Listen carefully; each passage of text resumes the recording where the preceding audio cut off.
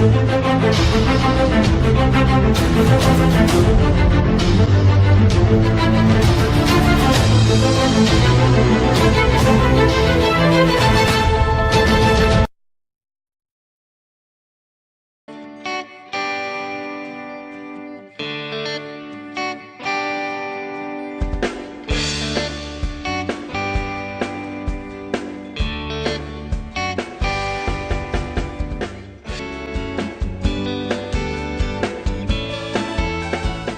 ขาสีดำเป็นมันวาวดูแข็งแกร่งเป็นเอกลักษณ์ของด้วงกว่างเฮอร์คิวลิสซึ่งเป็นสายพันธุ์ที่ตัวใหญ่และมีเขายาวที่สุดในโลกครับพบมากในภูมิภาคอเมริกากลางและทวีปอเมริกาใต้ตัวผู้จะมีเขาส่วนตัวเมียไม่มีเขาและมีขนาดเล็กกว่าสีแดงเหลือบสีรุ้งบนตัวด้วงเรนโบว์หรือด้วงครีมสายรุ้งตัวนี้ถือเป็นสีพิเศษซึ่งปกติด้วงสายรุ้งจะมีสีเขียวเหมือนแมลงทับและมีนิสัยไม่ดุ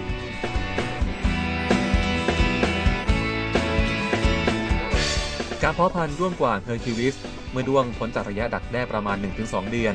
จะเลือกตัวขนาดใหญ่เป็นพ่อพันธุ์แม่พันธุ์มาผสมหลังจากนั้นประมาณ1 ชั่วโมงเมื่อผสมพันธุ์เสร็จจะแยกตัวเมียไว้ในตู้ที่เตรียมไว้โดยเฉพาะเพื่อวางไข่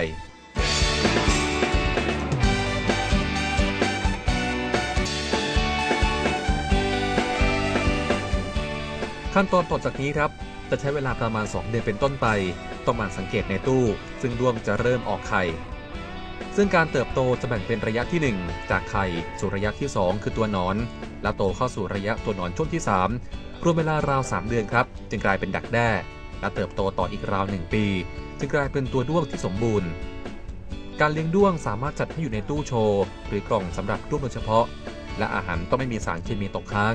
เนื่องจากจะมีผลทำให้ด้วงอายุสั้นเนื่องจากขับสารพิษเองไม่ได้ครับที่อยู่อาศัยเนี่ยไม่จำเป็นต้องใช้พื้นที่เยอะนะครับโดยมากจะ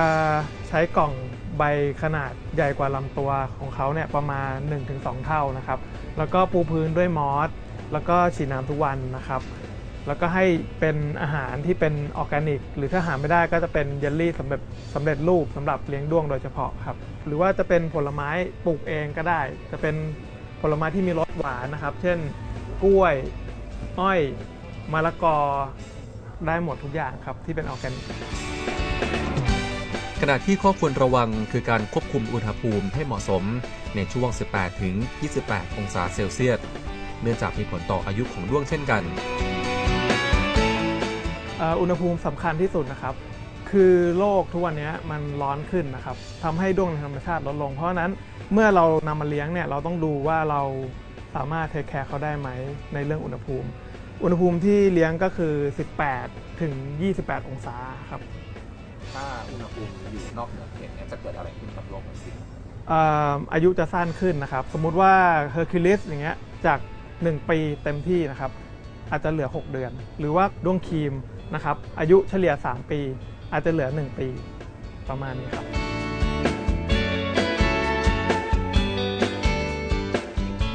ราคาจำหน่ายด้วงเฮอร์คิวลิสตกตัวละประมาณ 8,000 บาท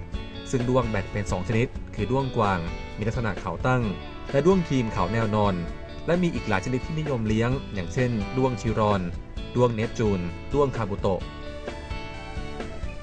เจ้าของร้านใช้เวลาศึกษาจากความชอบมากว่า10 ปี